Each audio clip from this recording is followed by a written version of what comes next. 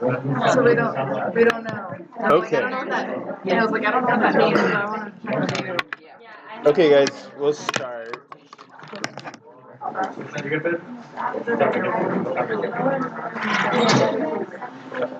Okay, we can start, guys. Okay, so I was announcing before, I'm trying to record this for the online class, and I'll post it for you guys too. So if you can try to keep side conversation just so it doesn't pick up and it's hard to understand. So today we're starting to go into some of the legal and ethical topics. We'll look at legal ethical decision making.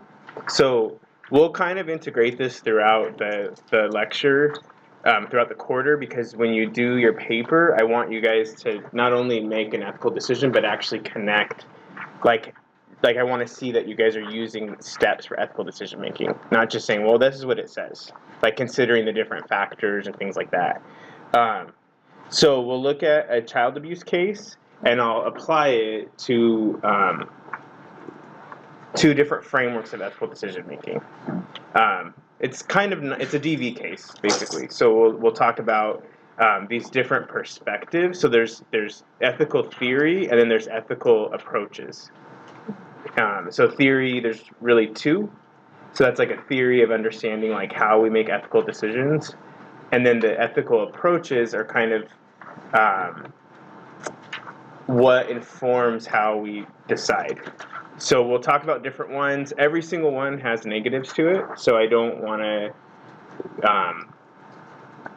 make anyone think that I prefer. Well, I do. I like feminist approach, but you don't need to do that. You can pick whichever one. So we'll talk about some of the drawbacks. There's a lot more in the text to kind of explain it. I just did a quick summary. Then we'll look at standard of care, scope of practice, and scope of competency.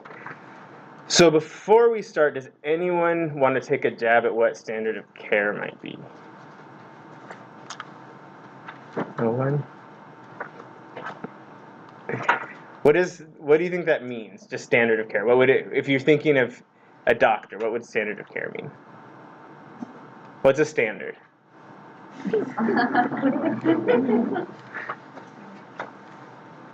Someone's got to go. Like a level of practice. Like if you're wanting to provide the highest standard of care, you practice to like a high level.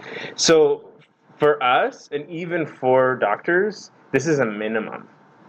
So if you're not meeting that, you got some problems.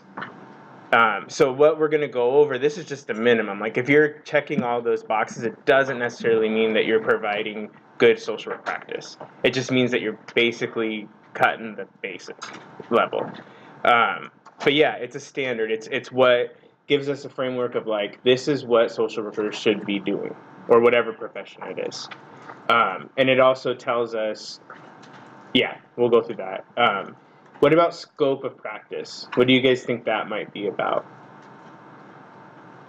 Mm-hmm. An expertise, Mm-hmm. Yeah, so it's, as a social worker, what can we practice? So what is our limits? So like, for instance, we can't prescribe medicine legally. If you're doing something on the side, you're going to lose your license. But you can't, that's a joke. It tells you can do therapy, but we can't do psych testing. That's out of our scope of practice. And one of the things we'll talk about is the tricky part comes when you have lots of scope of practices because you've had other jobs. So what happens if you're a hairstylist and then you become a therapist and you want to you have a client that maybe is really depressed and one of their goals is to increase hygiene? Is it within your scope of practice to do their hair? Because technically you are a licensed cosmetologist. So we'll talk about that and how that applies, because it happens a lot. A lot of times social workers have other jobs they've done, and sometimes they don't realize that when you're a social worker, it's not relevant what else you've done. Like, it doesn't connect. Scope of competency is what we are actually trained to do. So all of you, when you graduate, will have the scope of practice of a social worker. but you don't necessarily have a scope of competency. So you might say, like, say you get a malpractice suit. Well, this isn't my scope of practice. What they're going to look at is, but are you competent to do that? Just because it's in your practice doesn't mean you can do it. So I don't know if you guys watch Botched. Kind of love Botched. How many times is it my allergy doctor did my plastic surgery? Or my ear, nose, and throat specialist. So it's within an ear, nose, and throat specialist their scope of practice to do plastic surgery. Is it in their scope of competency? Watch Botched. No. So we want to keep that in mind of kind of understanding the differences between the two. So what we'll do first is I'll read the ethical decision making child abuse case. And then as we go through the different pieces, I'll talk about how those tie in. So if you want to follow along, probably don't. Let's grab it.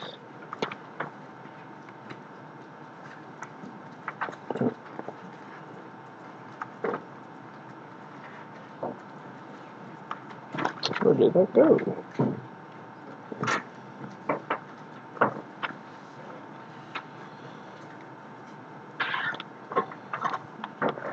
Maybe I should have tapped it. So this text, if you take a look at it, actually has cases for us to they kind of integrate it into the actual text. Why can I not find that?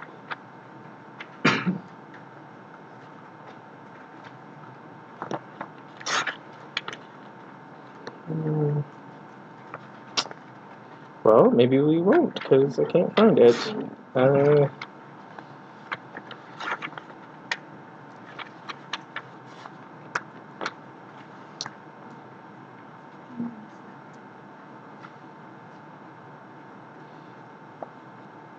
keep going to Serena Adams has herpes, so maybe we'll just do that one if we can't find one. It just keeps popping out, like, oh, okay. Where did that one go? Okay, so it's not going to let me find it, or I'm not going to find it. So let's say I can kind of summarize it a little bit. So a potential child abuse case, you have a woman come in, and it can be men too. Men get beaten by women, and there's same-sex couples, and all those different things. That's coming in, and they're like beat up pretty substantially. So you first check to say, like, are you in Fight Club? But they can't tell you. I'm just kidding. So you want to find out what it is. You don't want to just assume, like, oh, you got, so your significant other's beating you, because maybe they're just, like, scrappy in the streets or something. So you find out that there is DV in the house. And that it's pretty significant, because the person's pretty bruised up, hurt. So what do you do with that? So we're going to look at it from like the legal and ethical, but then also the way our values influence the decisions that we make. Check whether they feel safe, like leaving your office. Yeah, that's some other pieces that we'll talk about. One of the things, and you'll probably actually have social workers tell you this, but it's not true because I work for CPS. DV is not necessarily reportable for child abuse.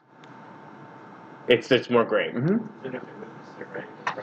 It's kind of gray, but like if you are a doctor or a nurse, you have to every time. So then what happens? This is where your social work ethics and where you work. What if you work in a hospital? Like that gets trickier. Because what you're doing is you're breaking confidentiality. So you have to have reasonable suspicion. But for some people, if they just hear the words DV, they're like, I'm calling CPS, social workers. You said you're breaking confidentiality? You're no longer a mandated reporter?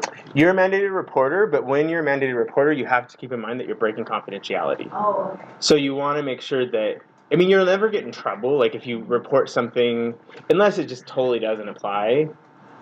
So like abduction isn't child abuse. But if you're an elder adult or a dependent adult, it is. So there's different kinds of abuse. But a lot of times social workers don't know. And with DV, they're just like, especially like if they've had experience with DV or they've worked with DV, they're like, oh my gosh, like get the cops there now. And so you want to try to follow what our ethical guidelines are. So we'll talk about that, but you might have a boss that's totally reportable. It's not technically. I don't know if I would pick that fight because with reasonable suspicion, we just have to have reasonable suspicion. We don't have to investigate. So we're covered in terms of breaking confidentiality if it was reasonable that someone would think that a child is being abused or neglected. Pick your fights with bosses, especially when you start learning illegal and ethical, because you guys are going to go back to your internships and be like, no. Pick your fights, because most of the time, it's just not worth it. It's not your practice. Sometimes it's like agency-wide. It takes a lot more to change that. If you can skillfully mention that, that's fine, but a lot of times when people bring up ethical and legal decisions, it's way more packed. It's not just about, it's about being like, you're wrong and I'm right, I'm so ethical, you're not. Like, it becomes more personal than just like, hey, I thought that was an ethic. It's like, I'm a very ethical person and you're not. This is what you did. Why are you mad? Why are you so frustrated?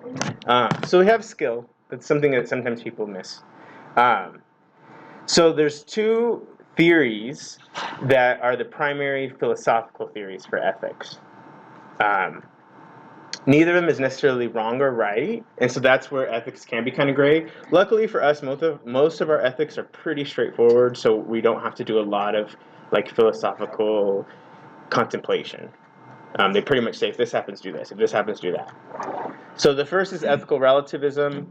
The second is ethical absolutism. Oh. So ethical relativism, it rejects a concept of fixed moral rules. So there is no inherently existent morals from their own side. So a lot of times, especially when it comes to morals, I side with ethical relativism. So definitely if you guys are like, you're horrible, don't say that, you can totally do that in class. I respect that. A lot of times, though, our morals are ingrained in us at a point when we're very young and we have very concrete thinking. It's either wrong or right. And if it's wrong, it means that we won't be loved by our primary caregiver. So being right is like emotionally charged. So like whenever I see people talking about politics, they're not talking about politics. They're talking about childhood stuff. They just have a lot of good words and some like insignias of weird animals and things. That's pretty much it. Because whenever it's emotionally charged, it's usually not about whatever they're talking about. So that's why when it comes to morals, people get real, like, they'll throw down. Because it's so core, and they don't understand it. They just have this reaction. So, of course, like, you are always welcome to challenge me on things. Some of the stuff, when we get into the actual, like, ethics, we just have to follow what they say. But some of this more theoretical stuff, it kind of depends. Because it wouldn't make sense for me to say, I like ethical relativism, but this is how it is. Because the whole point of relativism is that it's not. It's relative. So there's not fixed morals. And so then our ethical decisions are based on context. So there's not going to be a clear black and white, like, if this happens, you do this. It's all context. Mm-hmm. Well, last week you said everything is subjective. That kind of related to this. Yeah, you'll probably see, and I'll try to do a good job with absolutism because I am more swayed towards this. That I'll probably explain it better and that kind of thing.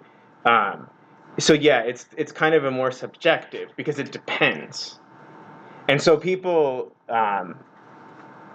It's kind of funny that I like this because I'm very black or white. They struggle with this because it's not clear.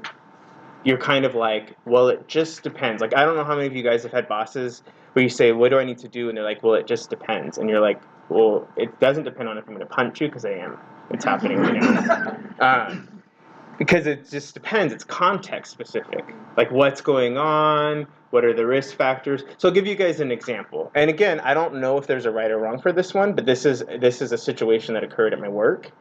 And you can see very different perspectives. And two of the people I work with were actually my students.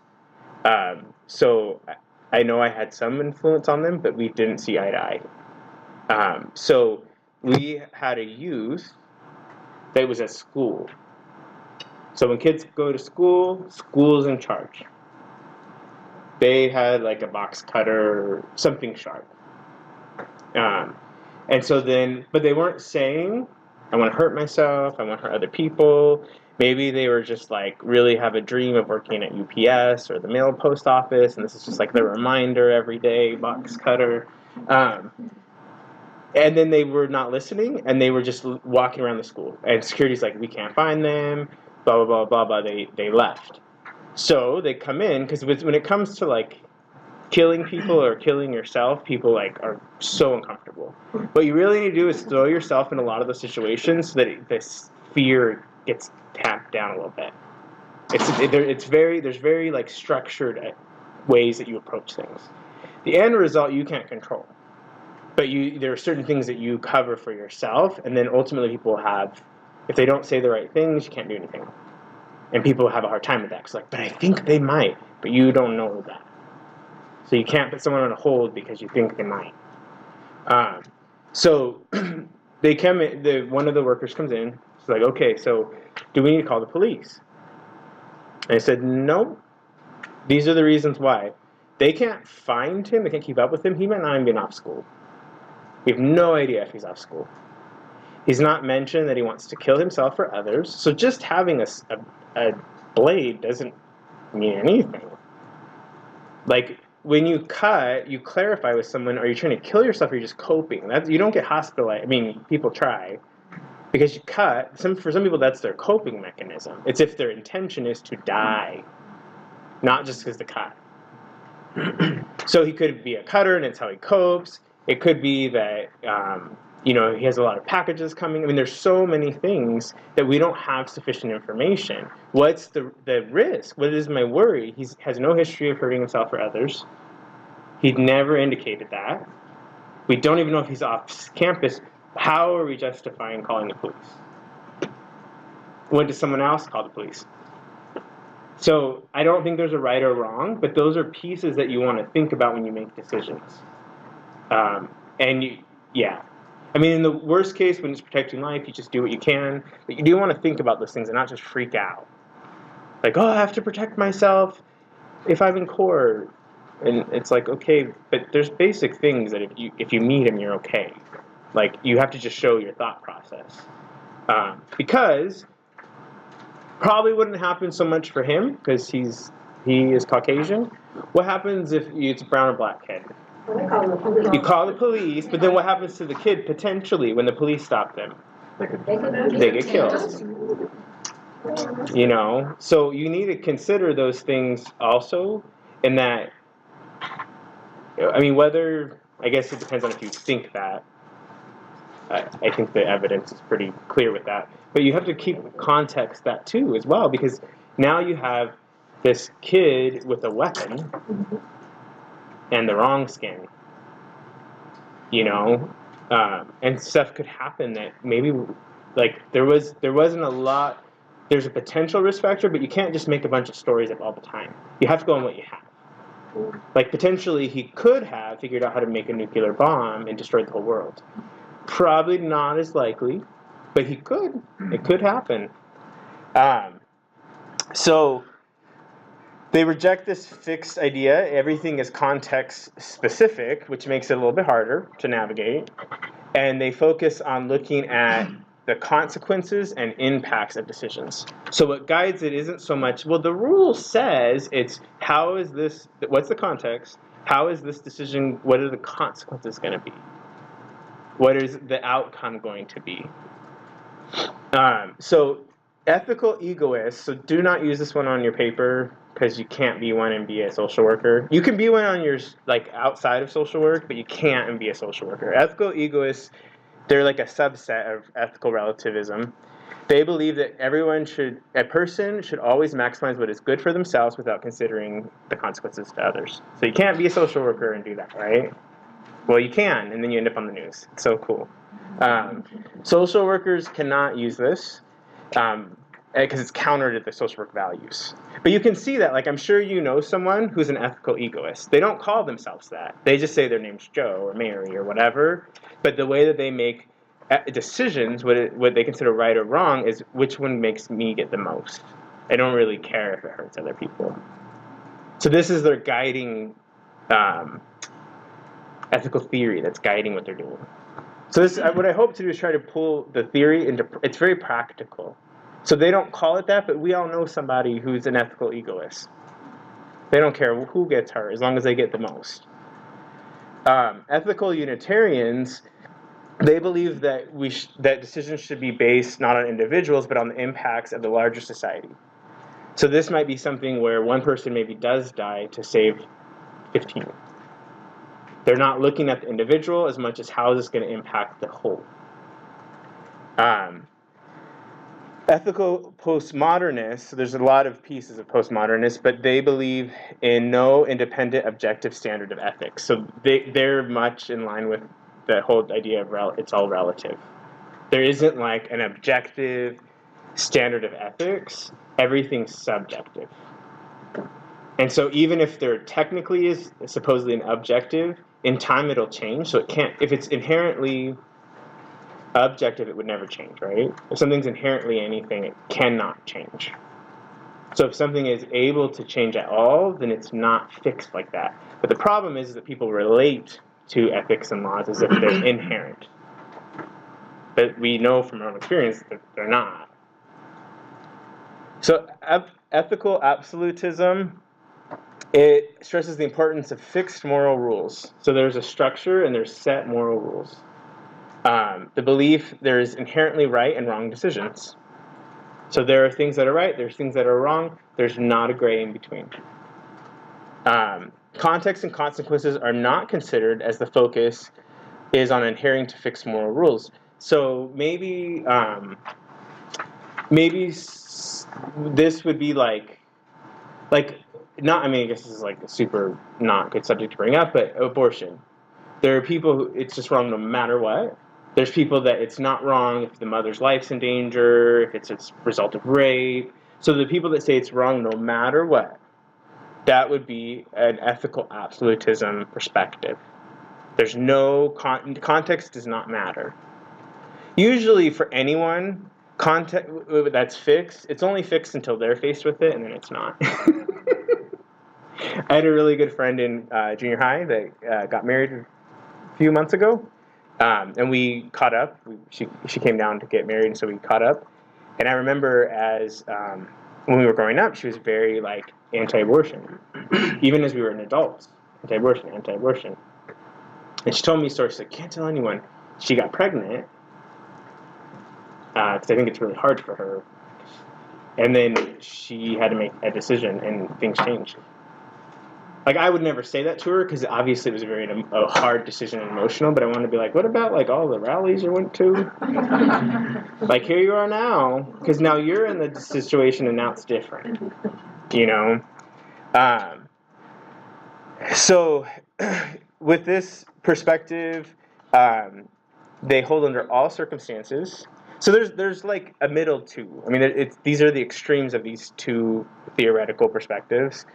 Social workers who adopt this perspective hold that we must always tell the truth and never lie in any context.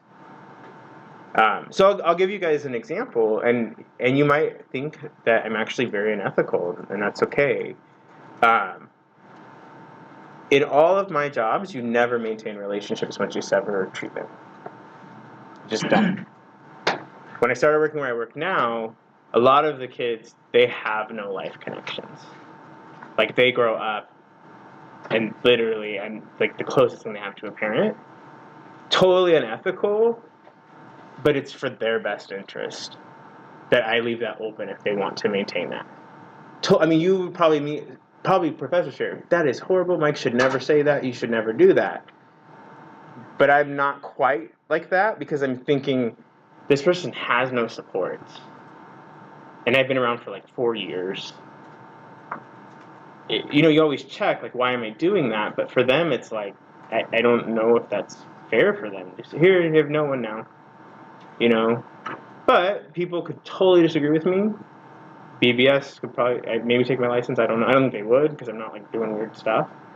But that's where some people it's very clear and it's very black or white. And when people are like that, don't try to do gray. All it does is stress them out and they adhere tighter.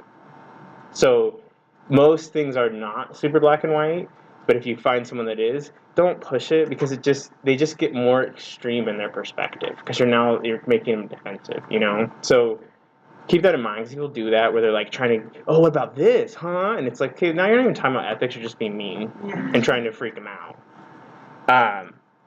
So the primary focus is to fulfill our obligation and less on focusing on weighing consequences of action. So we have rules and we have things that we need to do, and the consequences, those things don't matter. We just need to follow our rules. So however you fall, you're fine. It's not like one's more preferred, but it is important to kind of know where you are because it's going to change how you interpret things and how you relate, and there might be a set of challenges that come with it on both sides. So then I think it's really important to be proactive where you start thinking about that. Where is this going to come up where it maybe it's going to be a hard situation? Because what will happen is if you don't, is then when you're all stressed out and you got all these caseloads, then you have this ethical dilemma. And you're already at your edge. So think about that. Yeah, I'm really an ethical absolute. Or I align with the theory of ethical relativism. Because they both have good and bad. It's not like one's preferable over the other.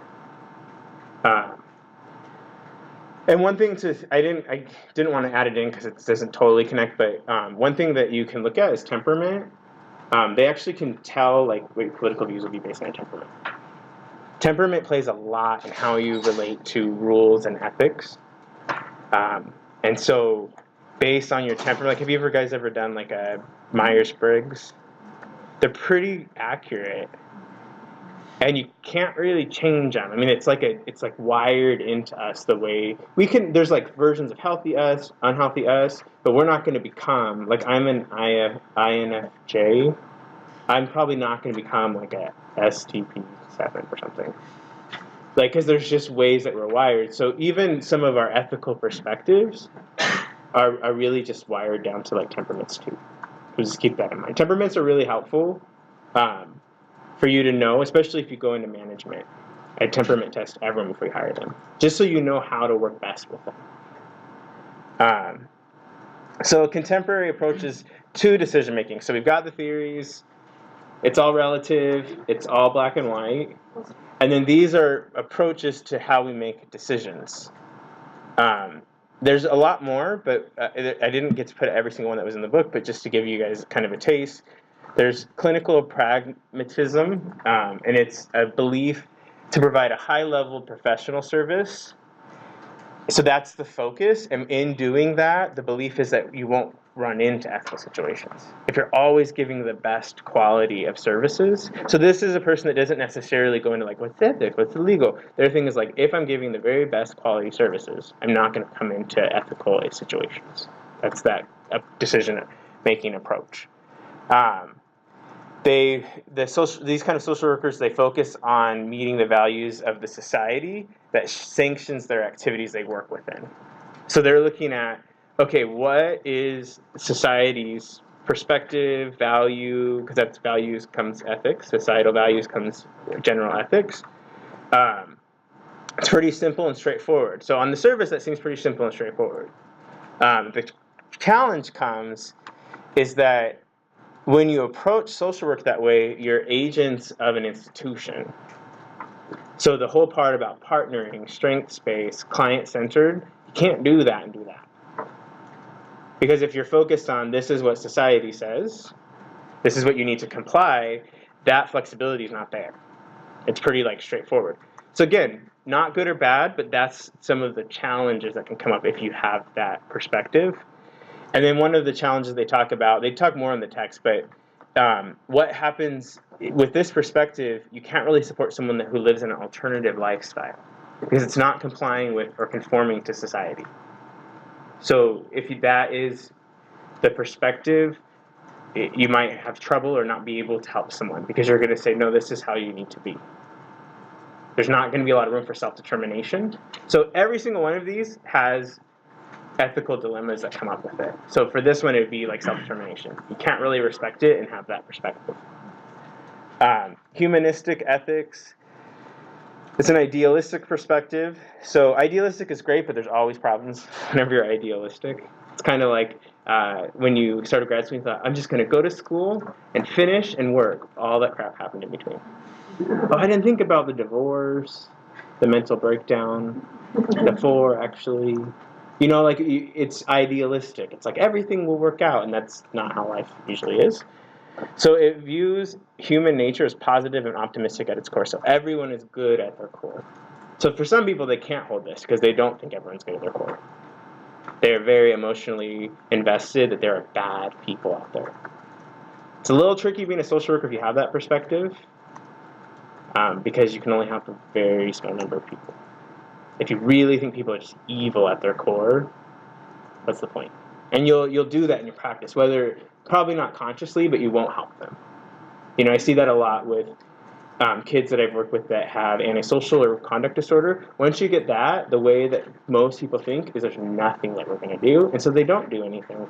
And they say, see, they can't change. Personally, I totally don't agree with that. My boss thinks I might be murdered by a psychopath because they're pretty awesome when you describe them. But that becomes a perspective that they're just basically broken beyond repair. So if you have to service them, you're not going to do a lot because you know that they're just broken. There's literally research that says that, which I don't agree with. Because research isn't, like, I love research, but there's still lots of ways, especially social work research. It's really gross. Sometimes I read articles and I'm like, this isn't even research. This just got published. So this approach, we see people as good at the core. We focus on causal explanations rather than moral for human behavior. So what caused this? Not that they're evil inside, but what caused this? Maybe it's like people that kill animals. I've worked with a lot of them. Usually, when you go down, there's a lot of lack of control, a lot of being harmed, a lot of just having no control over oneself or one's life. And so, in a causal way, it kind of makes sense that you would then focus on things that can't protect themselves, children, animals. Doesn't make it okay, doesn't make it right, but psychologically it's like, oh, okay, I get that. That's the cause. It's not that you're horrible inside, or like people that like sexually abuse others. It could be, I don't know this. I've never worked with a perp that wasn't perp themselves, ever. Maybe there's someone that's not, I highly doubt it. So from that perspective, what's happening is psychologically, if you have a trauma that's not worked out, one avenue is you recreate it over and over and over. So because I've talked to perp, they're like, I just can't, I can't control it when it comes. Their mind's trying to recreate the situation in which now they do have control because they're the perp. They don't feel good about themselves. They'll come off like that because they're defensive, because everyone thinks they're horrible. But everyone I've ever worked with, they usually get to some point where they're like, I'm a monster, I'm the worst thing. But what people approach them is so disgusted. Who's going to acknowledge that when people are like, you're disgusting? Oh yeah, I'm a monster. You're going to start defending, right? Oh no. Those 4-year-olds just running around with a bathing suit. And you're like, well, it was a pool. So that would, from a humanistic perspective, you would say they're recreating the situation that happened to them. It's not that they're a horrible person, it's that the cause is that early experience. And again, you don't have to it doesn't mean things are okay. So that's one thing just because you agree or can see someone's perspective does not mean that you agree with it or are signing on for it. So this approach, we look at people as individuals. They have a capacity to make their own choices. Self-realization is the center foundation of this approach. So this is people with this approach are going to be very focused on people understanding deeper meanings. They're probably going to like things like psychodynamics, where you're like you're like uncovering how your early childhood impacted your current. I don't know if I'll teach you guys that, but you go take a class. I teach the other campus. It's great, but the criticism for psychodynamics and for this is that what if that's not why someone wants help? So if someone comes in, they're like, I can't keep a job. And then you're like, well, it's because you were shamed as a child and you felt inferior. They're like, but I can't pay my bills. Like, yeah, that happened. I can't pay my bills. What do I do? Not everyone wants that. So if you have that perspective, you might not be able to help certain people. Because some people are like, this is broken, how do we fix it now? You know? Or what, solution focused, that kind of thing. They also say that it promotes individualism and hedonism without looking at impacts of the community. So we're looking at what do I need, who am I, self-reflection, but not really thinking about others. And there's problems with that. You know? Because if you're always focused on self and not others, and your decisions are based on self, you'll have some problems. Even if you have a nice intention, you just become blind. You're like, oh, I didn't realize that I'm not the center of the universe. You're like, oh my gosh, no one told me. They did, you didn't listen to them. So, religious ethics, this is ethics that presuppose a belief in God. Or some kind of like higher being. Social workers using this approach believe religious faith and ethical morality are the two sides of the same coin. So their ethics are going to be very much informed by religious perspectives. And that is, I think that's very common. If you're taught you can't do this from your religion of origin, you're going to have a really hard time working with someone that's doing that. Because all you're going to have inside is like, mom is not going to be happy. Or God, or whoever. Like, you're like, oh my God, there's like this anxiety, right? Like, oh, that's not right. That's not right. That's not right. Like, we've all had them, because I've had them too, where there was like core religious beliefs that I had, and when I'm faced with it, I'm like, that's not right. There's like a tension, like, you can't do that. You can't do that. Oh, you're going to be in trouble. That's the downfall sometimes with that perspective, is that you work with diverse populations with different morals. And so what happens when you just can't work with a lot of people? Like, ideally, I mean, you always need to be aware of your own values and your own challenges, but when people are like, I can't work with name this long list of people, I'm like, oh, social work might not be for you. Because you're not going to work with them, but they're going to be related to the people that you're working with. And then you're going to be like, crap, I thought I got away with it. Like, I thought I was kept away from them. You got to figure out how to work with people that you don't agree, or there's like huge differences in perspectives. So one of the criticisms for religious ethics is that ethics and law merge into one, and that's a problem, because ethics and law are very different. They become just this one thing.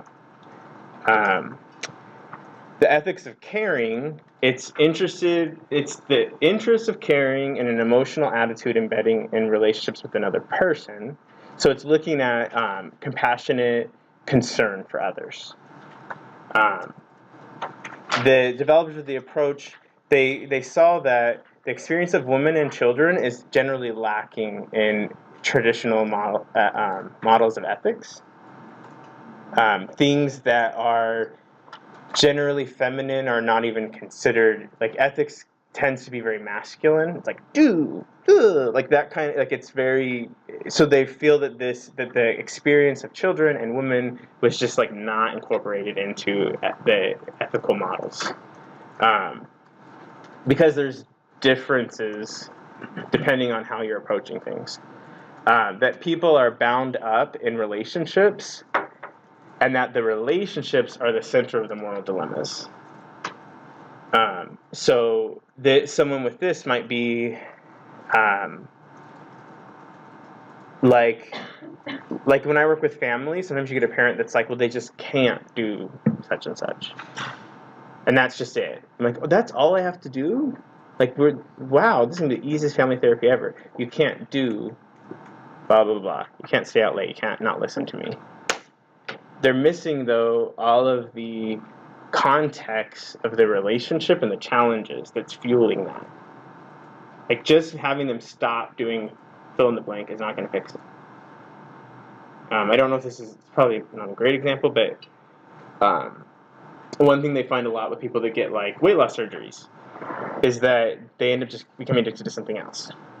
Because the problem isn't food per se, it's something deeper than that. So they become addicted to exercise, or they're alcoholic, or addicted to sex, because the thing that's driving it's not addressed. So with the ethics of caring, we're not just looking at moral dilemmas, but how are the relationships creating and holding this moral dilemma? And so if we address that, then we address the moral dilemma. The essence of ethics of caring is compassionate concern. Criticism of this approach is not taking into account oppressive contexts in which women function. So what this looks like is,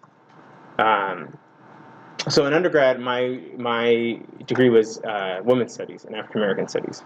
So if I learn something like, oh, the patriarchy, and I'm coming up, sometimes I talk to people and they're like women, oh my gosh, did you know the patriarchy's ruining your life? Oh, hi, my name's Mike as well. Sorry, that's usually how I would introduce myself. Sometimes people will be like, that's fine. So what happens then when you have that perspective and someone is like, that's fine? That just doesn't work. Because you're like, no, you have to see. And they're like, okay. So that's where this can go wrong. Or if someone doesn't have really deep relationships. Like a lot of the people that I've worked with have very fragmented. So the idea of compassionate concern, they don't even know what compassion is. Everything has been conditional and minimal and fleeting. So sometimes with each of them, they leave out certain groups because it's assuming a whole bunch of perspectives and experiences that some people don't have. And your goal isn't then, if you have ethics of caring, is to convince the person that they are oppressed. Your goal is whatever they're coming for treatment. Although that is a social work value, we don't like project that onto people. You know, some people don't. They're like, nope. Yeah. So feminist ethics, it's women-centered ethical approach, focusing on women's moral experiences. The approach is political and focuses on eliminating subordination of women and all oppressed people. So within feminist ethics, there's tiers of other groups. It's kind of like everyone else. So like when it was in women's studies, like LGBTQ stuff was fit in. Like everyone that's considered like other kind of fell underneath that umbrella. So the focus, it's political. So it's looking at systematic oppression and how organizations and rules and laws and even language, like everything, how it's informing oppression. So one of, just to kind of illustrate that, I can come in and say, hey guys, let's get started. I actually do.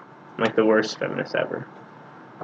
If I came in and said, hey girls, there's guys in here that'd be like, even the girls might be like, what?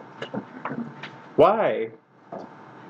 Because female is not normal. Male is. Hey guys, totally appropriate. Hey girls, it only works for girls.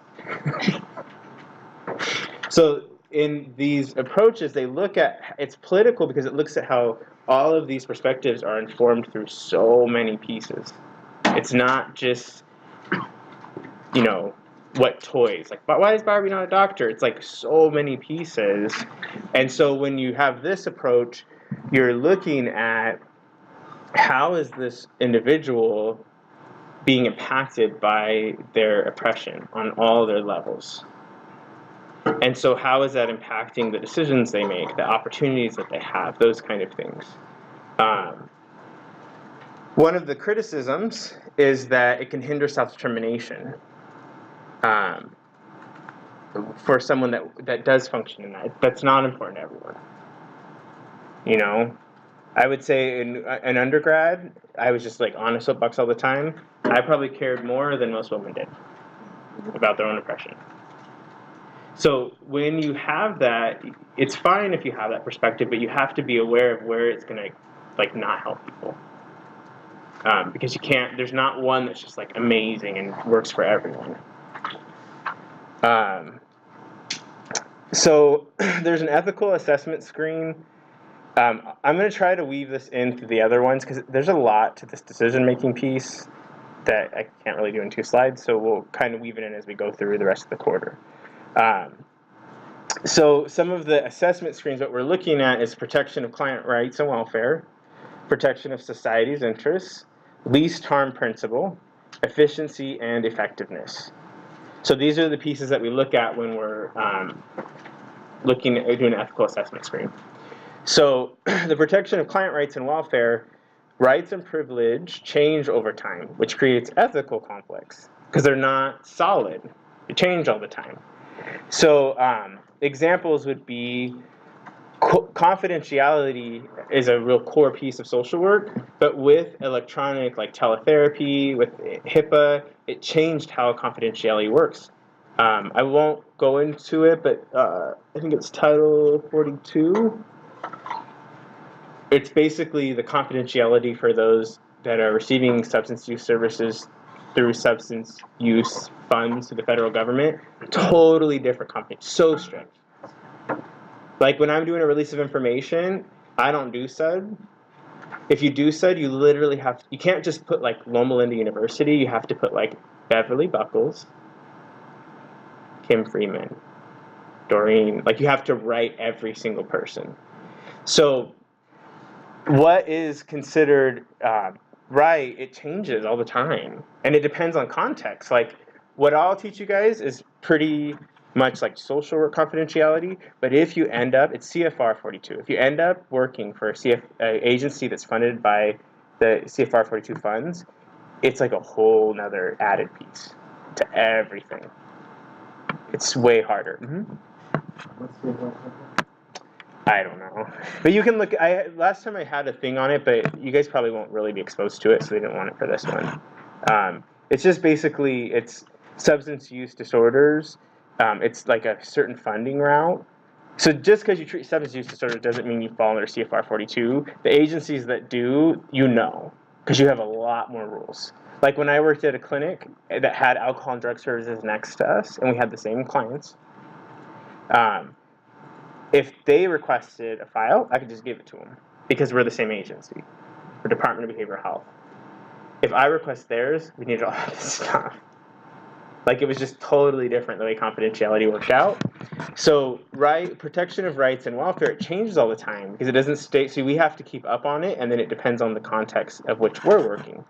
So like HIPAA, I think generally people try to follow HIPAA guidelines, but ultimately the only people that fall under HIPAA are organizations that bill third-party insurance.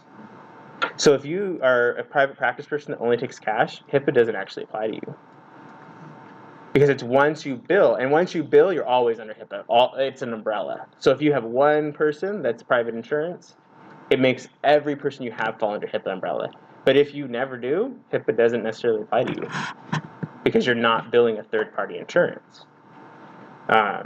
So, I mean, you don't really need to know that. That's just fun facts, I guess, like sick fun facts.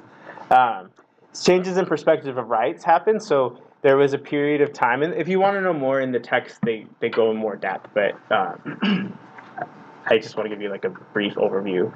So with adoption, there was periods of time where it was like the child could never know who their parent was, no matter what.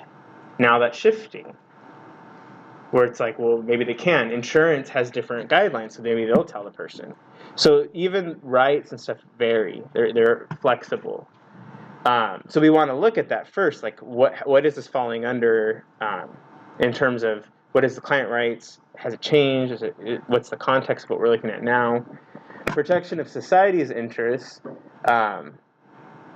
So social workers balance interests of consumers and societal interests. That's our challenge.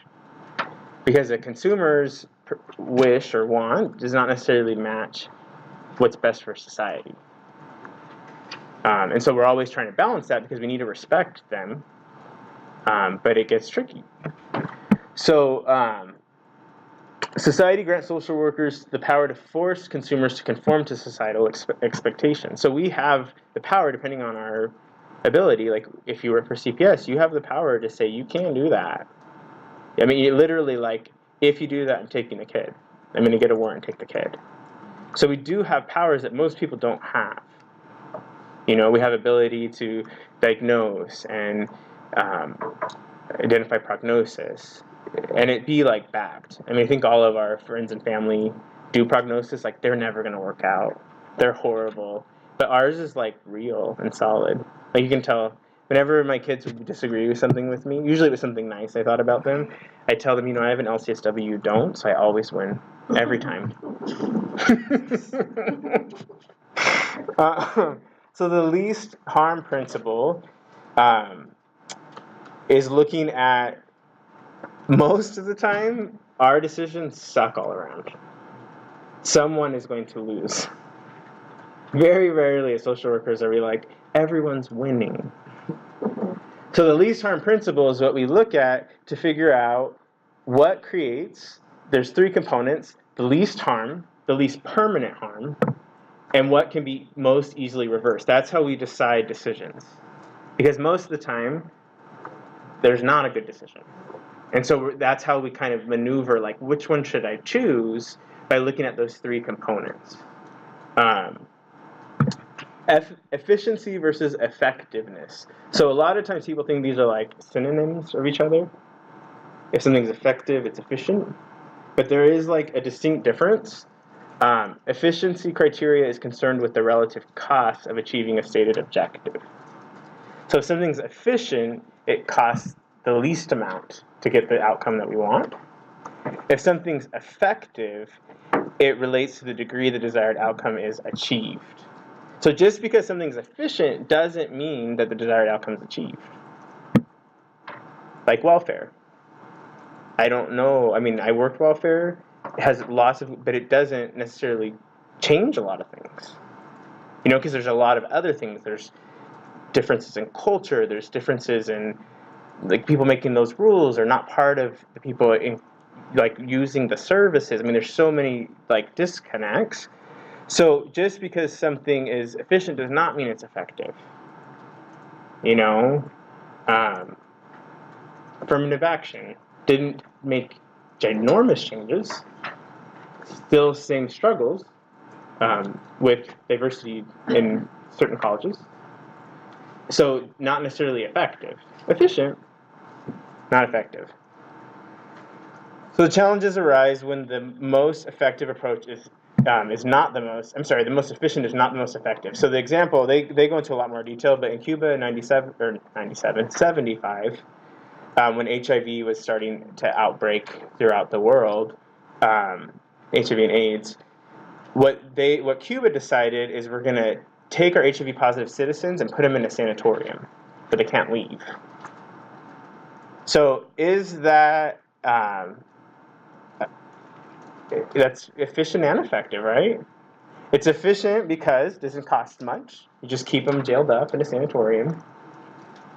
It's effective because they're not spreading it because they can't leave. But is that ethical? No. So just because something is efficient and effective doesn't mean it's ethical. And so we have to keep those pieces in mind. And just because it's efficient doesn't mean it's effective.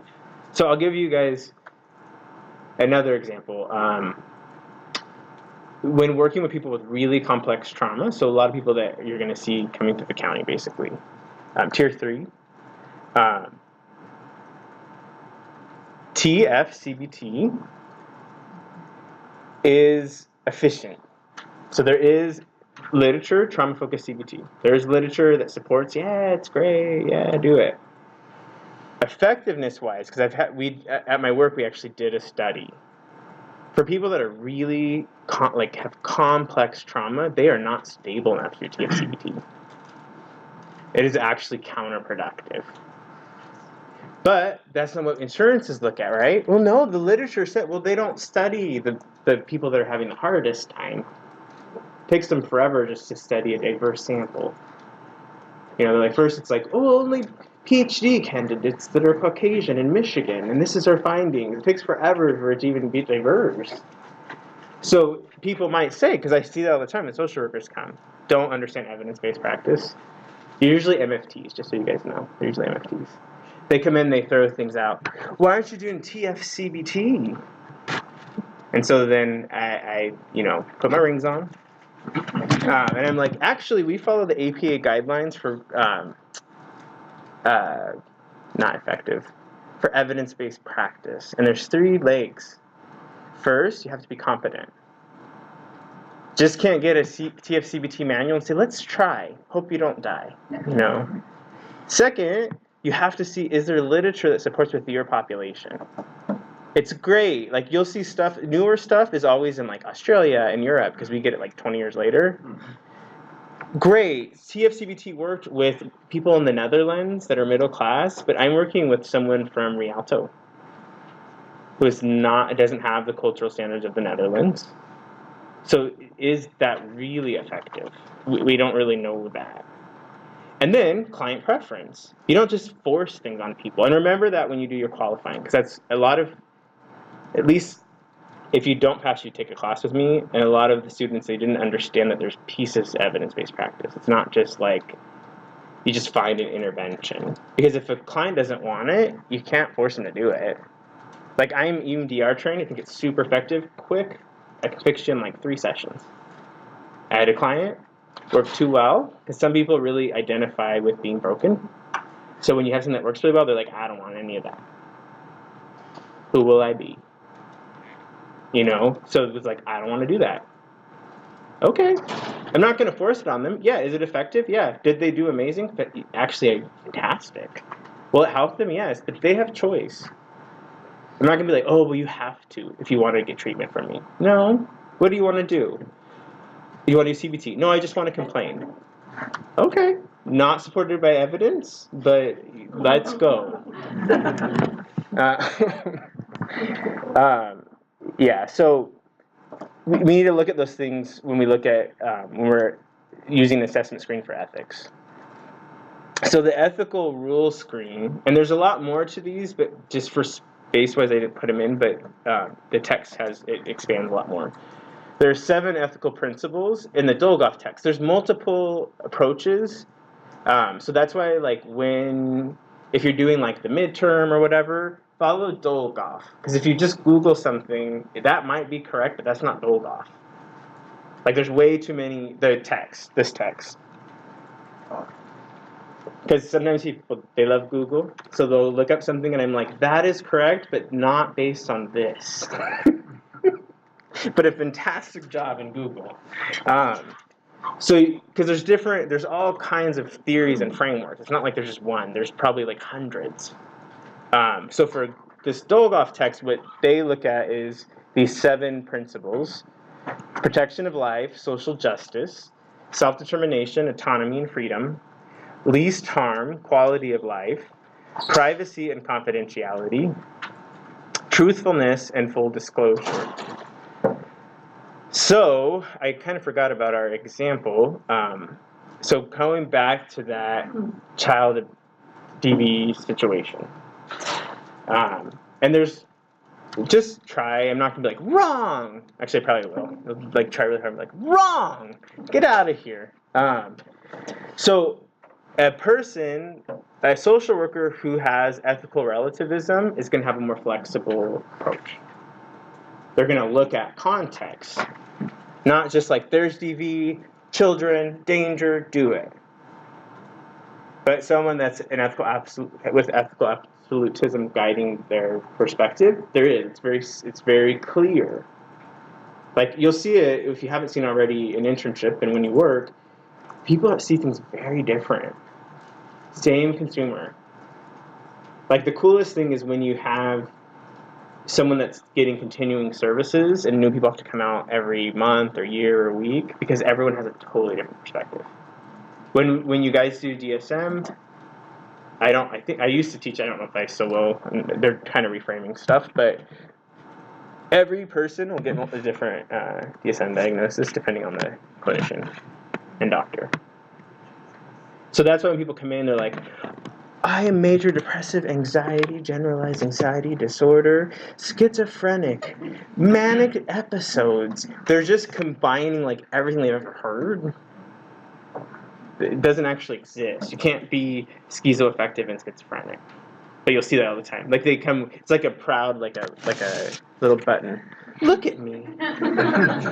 Sections 4 through 5. I have one in each one. And you're like, gold star. So with that, that would be how they might see things different. There's a really solid, or maybe there's a little bit more flexible.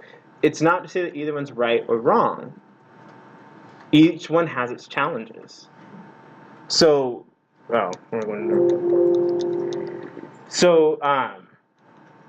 with the contemporary approach, the way that the social workers might apply clinical pragmatism is, I don't really need to know. I just need to provide every resource possible.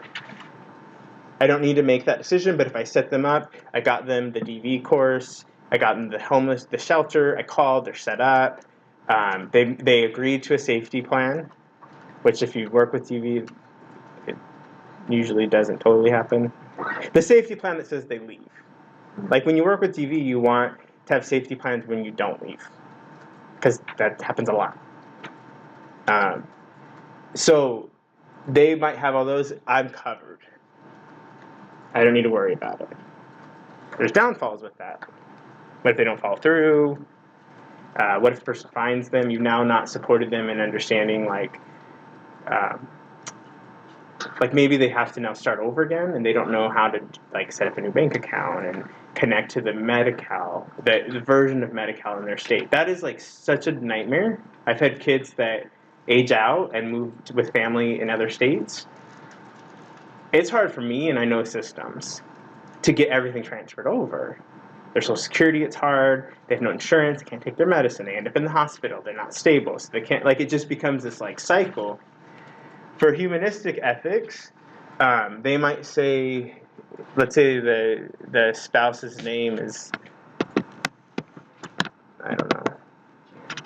What is it? Jerry. Jerry is a good person underneath those fists. And you are too under those bruises. So I have a really bad sense of humor, so I probably yeah, you guys will probably be like, I don't know if I can laugh. I'm putting this on the final, whatever you guys do, the critique. So they see both these people are good at the core. And what we need to do is we really need to intervene by helping them understand why they're doing what they're doing. Jerry needs to understand that he or she grew up in a family with domestic violence, and they learned a structure of relating. And so they have to learn a new structure to break that cycle. Same with the significant other. It just so happens that both of them came from violent families. Why did they connect? Because they knew how to relate to each other. Like, if you guys get the chance to, like, work in Children and Family Services, you'll work with someone that literally was like their boyfriend or girlfriend's molesting a kid. And they're like, I had no idea. And you think, like, I don't think you did. Break up with them, they're like, I'm breaking up. Start dating another person, you come out 6 months later, they're molesting you. What? You're like, I can't get someone to call me back, and you find these very specific people that are going to molest your children. But there's a certain like way of relating that we are drawn towards, even if it doesn't work. So they will always probably find that. So someone with the humanistic ethics is like, we have to address that.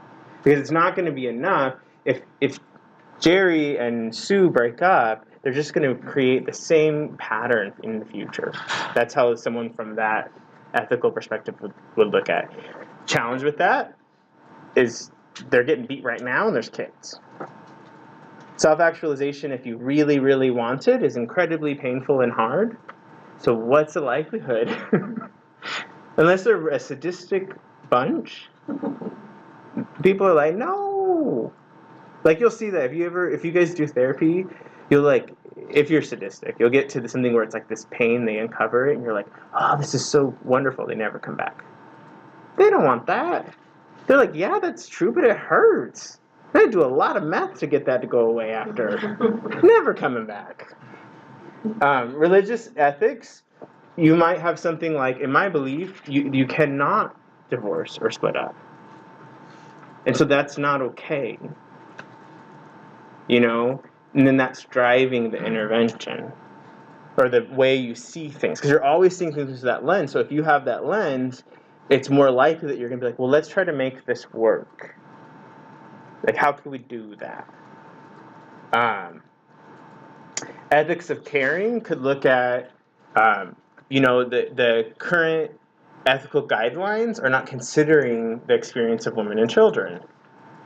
So it's not just that simple that you leave or that you don't. Because there's all these things interwoven together. That the ethical decisions, which basically, you protect your kids, it doesn't always work out that way in reality because the people that are making these ethical frameworks are men and they don't understand that. Feminist ethics would look at how this is a problem as a society as a whole. That there's an issue with the way men view women. That they can be violent. Like, that's okay. Or maybe it's a perspective of like, this is a societal issue because this has been happening forever and they've gone to all kinds of therapists, but they never do anything because it's best to keep everything secret. Even if you are like a social worker and there are so many things that are just infused in you, we shy away from certain things because that's what we were taught. That's their family's business. You see it. You're like, why didn't you ask that?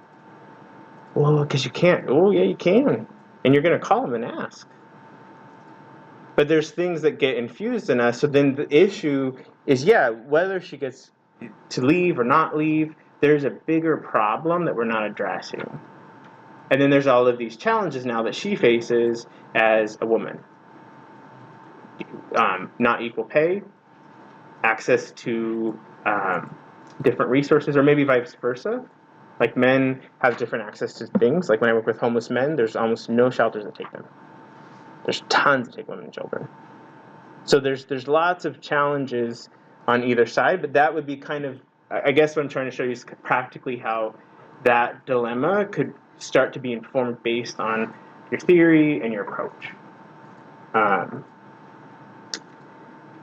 then what you would look at for this is, I need to protect the client's rights. So one of their rights is confidentiality. So you need to think, do I have enough to have suspicion to break confidentiality? Is this sufficient? Did I get enough information?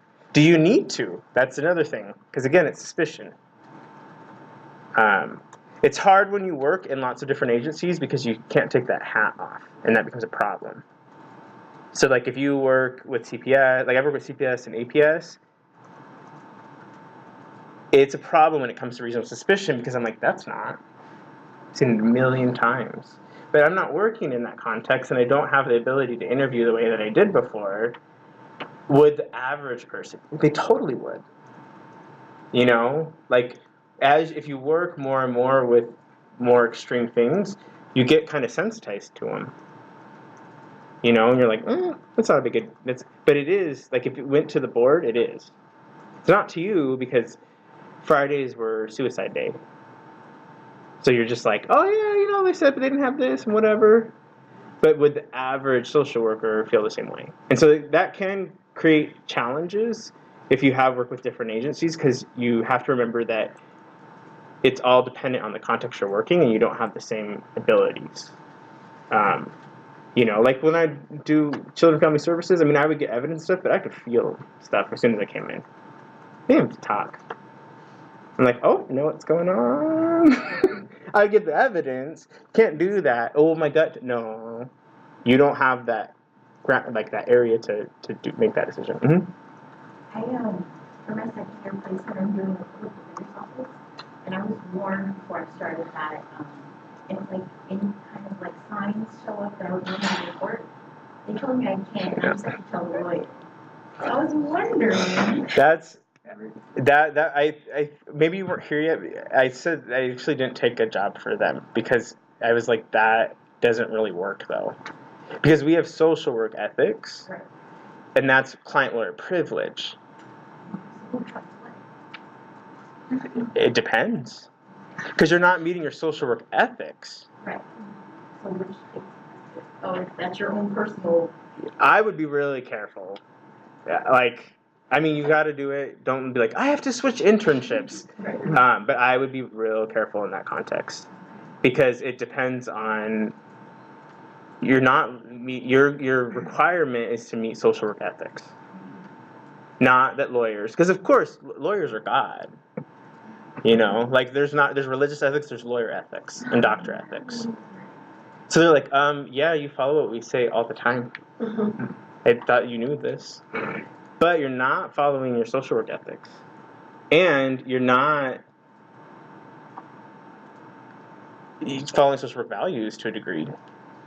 Because you're not protecting others. You're not, because what are they don't understand the dynamics of abuse and neglect and safety and risk. Like when you work for children, there's going to be a guest lecturer that comes. You can maybe ask her. There's a guest lecturer that is going to come in a couple weeks. She works for Children and Family Services currently. At least, I mean, I left about 6 years ago, so it could have changed, but then you had to have a group of people, and you presented the case, and they all, like, poked holes at it. You didn't just make a decision like, oh, the kid's safe. Because you would think they were, and then you'd go there, and you'd be like, oh, yeah, I got blah, blah, and they're like, that's not okay, and you're like, what? It's too early for this. And they tell you, and you're like, oh, that kind of makes sense. Hope they're not dead. That was not good. You know, like there's you need a lot of perspectives to make those decisions. And I don't think the lawyer has the understanding. Maybe legally, but not ethically. And they don't understand dynamics. And they're looking at their benefit of their client, not necessarily the benefit of society as a whole. So could that social worker legally get in trouble if something happened? Or would it be on the. I don't know. I think that's a tricky internship. But just finish it, you know. I mean, a lot of times with the kids that end up in systems like that, they've been in a lot of systems. Just as a side note, this isn't with your internship. Always report things. Unless you know for sure. You got a court report that said that this was... Because stuff happens where people just assume. So I worked with a kid that started talking about sexual abuse. So I couldn't find it in the court report, so I called it in. They've been in the system for like 15 years, had like probably 17 therapists, because they would just fire them pretty quick. I imagine that everyone thought someone else called it. No one had ever called it. They didn't know. It ended up being like a huge lawsuit. They're like, all this stuff happened. But people just assumed, well, you're in a system. Someone's done it. You don't know that. You know, the worst case is they go out there, they get the report, and they're like, no, we've already addressed that. Because they can go through their things and say, like, oh, no, we've already, like, looked at that or whatever. But you just never know. And so you always want to just, if someone tells you something, just make a report. You know? Did you have a question? I guess, in that internship, are you considered mandated work? You know, I've only done the interview. I haven't been like trained. But I thought. They said we weren't. Huh? They said no in the interview. Mhm. They said we're no longer under like mandated reporter. I don't know. I don't know. Like, I don't know enough about law. The social workers were the ones doing the interviews, and they said like they don't. They always refer just to the lawyer, and then consult with each other. I guess I don't know if like our title is mandated reporter is completely like. or title mandated reporter is anytime we're working professionally. Well, then they can't. So like you don't like. I remember when I was learning, I was like, man, my whole family, I'm not gonna go to Christmas anymore. I'm gonna show them a mandated reporter. I'm like, no one's gonna be left at Christmas. Everyone's gonna be like in jail and foster care. Your requirement is when you're working in a professional capacity, you're a mandated reporter. When you're not, you can report, but you're not a mandate. You can be anonymous. You know, so if you got some aunties that you're like, oh, we got to end this, you're anonymous. You're not a mandated reporter because you're not working in professional capacity. I'm not sure. I'm sure that they legally have it cleared. I would just wonder ethically from like the NASW what their perspective would be. You know, because law and ethics are different. You're legally potentially covered. I don't know enough about it, but are you following the NASW ethics? That's why I'm not sure. I don't know enough to make that. And so don't go there. Or I guess if it goes really bad, you can be like, I can't do this because of ethical reasons. Also, I hate you, but it also has ethical reasons too. So with the core principles, there is not a right or wrong, but which ones, we had to do like a hierarchy and everyone's gonna have different answers, and that's okay. Which ones do you think are like the most important? Like if it's a little like ethical triangle. How many, where do you, let's see, let me write them all down. Social justice. It's all relative. Unless they're ethical absolute, they're like, no, it's not, and then you guys get in a fist fight outside. No, those people will just speak up. They'll create the hierarchy. Okay, so how many people think protection of life is important? Yeah, but it's pretty important. Which one do you guys think is like not that important? Like you're like, you know, you could live without this, or not. What? Truthfulness and full disclosure. So that one's potentially like lower. Again, doesn't mean it is. It just quality of life might not be if I'm looking at for me. But again, there's not like a right or wrong. I'm way more concerned with protection of life, social justice, self-determination. If you don't have that, you don't have a good quality of life. That one might not be top. Mm-hmm. Yeah, some of these have overlap a bit, right? So least harm and protection of life. What is least harm? Well, so the text, let me read it. I didn't go through because they have a lot about each one, and just because my slides have way too much writing and they're too long, and I know everyone that's the one like criticism I get is like your slides are ridiculous and you need to stop. So let's see. I'll try to just like summarize it.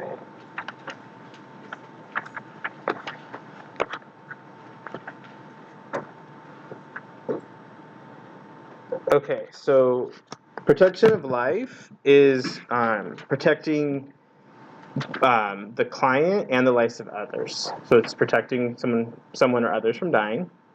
The right to life is the most basic of all rights. For if one's right of life is violated, one cannot enjoy any other rights because you're dead. What? So depending on culture, they might have more rights. Yes, yes.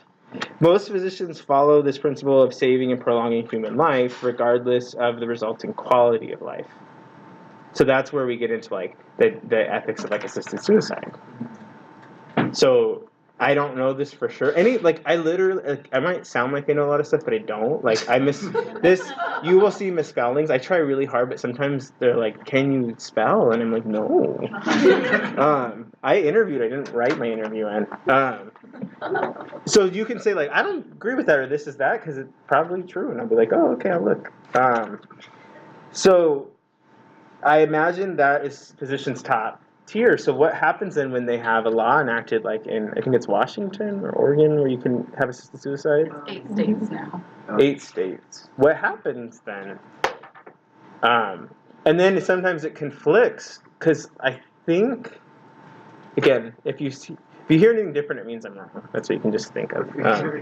I think that one of our ethics is we cannot discuss assisted suicide at all. What happens if you're a hospice social worker in a state that does assisted suicide? Are they just like, so what about this? So hi, I'm Joe. How are you enjoying this weather? Well, I really want to do assisted suicide. I love summer.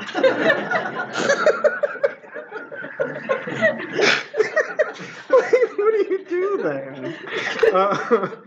So, protection of life would be that, and then protection of, least harm is when we're faced with options that cause harm, we attempt to avoid these. So we look at, like, most of our options are going to be all harmful, so we look at which one creates the least harm. And it's not just least harm, it's also which one can be undone easier, and which one creates lasting harm, because there's different components to harm. Like maybe inoculate vaccines. We don't need to get into whether you do or don't. The least harm is that we give them the vaccine. At least that's what scientific research shows. Essentialoils.com, probably not. But we give them a vaccine, and it does hurt them, and there might be risks, but it's the least harm compared to a polio outbreak. Right? So we're looking at we're weighing those things. If we just did least harm only, because we're looking at the impacts that we'll have long term, if we just look at least harm, we're like, well, we don't want to give that baby a shot. It hurts. And those metals might do something. Does that make sense? So least harm is looking at a lot of pieces. Because sometimes, like, you'll probably have this at some point. You will have a point with the consumer where you have to say some things that are going to sting. And so there's ways of looking at it. Is this going to help them? Am I doing it because I'm mad? If I'm not, this is going to sting, but it's going to have the least harm long term. So I think I told you guys the example of the kid last week that I was driving with, and he's like being all critical, and so I had to stop him and say, you know, this is probably why people hate you. Not me. And it hurt and it stung, and I said, dude, I'm not mad at you, but I just want you to see that because I don't think that you understand that. And so your life feels really like people are harsh on you, and that's true to a degree, but some of it's because of what you do. And you can keep doing that, but get a little tougher, because you know, like, if I do this, people aren't going to like me. So if I'm going to choose to do this, don't be shocked when people don't like you. You're like, you know, you probably have good standards and boundaries. You know what I mean? Like, you just get them to come to kind of terms with that. It's hard, though. And usually what happens when we work as social workers is we never want to do that because we think that there's something wrong with having clear boundaries, firmness, which it's not. It just depends on what it's fueled by. If it's fueled by compassion, you're always okay, even if they hate you. Because your point of doing it is you want to help them. If it's fueled because you're annoyed and you hate them, that's a problem. And they'll feel it in your delivery. Forcefulness is not necessarily a bad thing, and it doesn't mean you're not a social worker. You have to a lot of times. Like, there was a mom that called me yesterday. There's a really great program called LEAP that I highly recommend you guys get trained in. It's just communication. It's fantastic. And the mom... What's it called, sir? LEAP. LEAP. It's created by Xavier Armando, and it's for severe mental illness. And when you go, you actually figure out it's also for parents, your spouse, neighbors. You're like, everyone, wow, this is amazing. But it's a way of communicating that is subtly different, but has huge differences. So I guess I'm on a website, because I'm now getting emails from people. Like, help me with Joe. And so I got a call from a parent, and they're like, I said, well, I don't even have private practice. I don't have malpractice insurance. I don't have anything. So I don't think that I'm going to be able, I could see if I did something pro bono for you, like how to protect myself legally, but it would take a while. Because I don't want to get my license taken away, because it changes the dynamic. So the person's like, my kid will not get help. They're on drugs, and they're out of control, and they won't get help. And so I want LEAP because it's about partnering and it's about collaboration. And so I'm like, okay, well, what's happening? Well, I can't even pay my property taxes because they've destroyed a house, multiple cars. They have a lawsuit against the police because they felt the kid felt like the police were too rough, so there's a pending lawsuit, and they're paying for the lawyer, and they're like, I don't know what to do, and I said, well, stop. Well, and then today, I took my son's car away, and he is so mad. I was like, well, I would be too. Like, it's nice weather for taking the bus, but soon it won't be, so, And she's like, well, everyone told me that's what I have to do, and I don't feel like that's what I needed to do. Can you help me? And I'm like, okay, again, I don't have any of these things, but I can recommend things for you. She's like, we've done everything. No one will take him. I'm like, because he doesn't want to get help. You can't force people to get help. I know, but basically you want to avoid being firm because you don't feel comfortable. You can frame it however you want, that it's because you're a mother and you love, but you are not comfortable with boundaries yourself. And so now you don't want to do that. Your son is destroying his life, but you don't want to make him upset about a car. Which one's important for you? Probably never call me back, which is good. But you know what I mean? Like, that's something that we want to think about. Like, that's the least harm. Yeah, it sucks, but like, what's going to happen? Sometimes you do have to tell someone, cut him off. Well, then he'll be mad at us. Okay, but your job is not to make your kids happy. It's to make them good people. Whether they like you or not, irrelevant. Absolutely irrelevant. I mean, think of all the social work jobs I've had. Many people, probably some of you students by the end will be like, I absolutely hate Mike. But if I did my function, which is to teach you, that's it.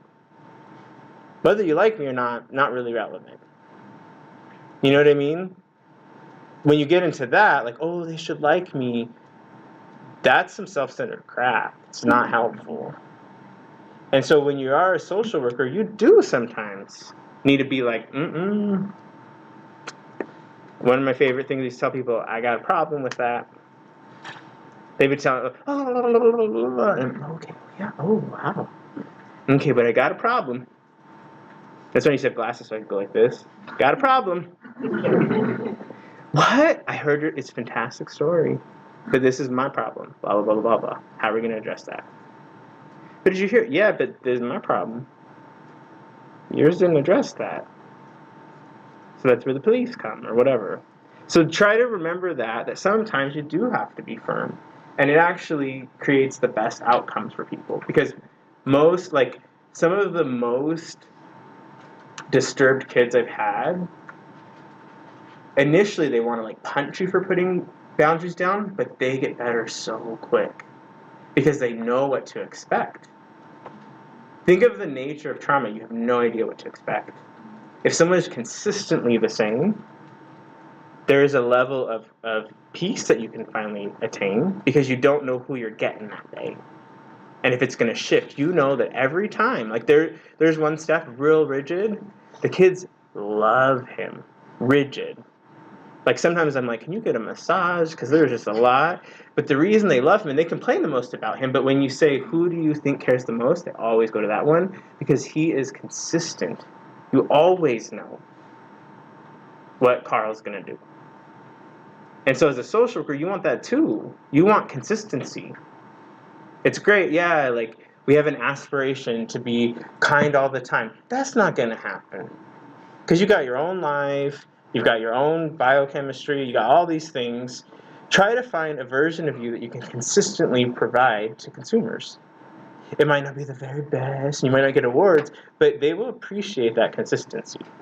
At least they know. Every time I get Mike, this is what I'm getting. It's not what's he like today? Did he have a bad weekend? And you see that. You probably see that with peers.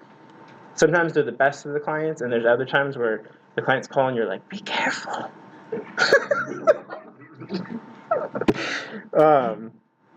Let's take our break. You guys can come back in just 10 minutes, and then we'll finish up. What time is it? It's 4:30. I'm joking. Oh, okay. I'm like, they're not that long.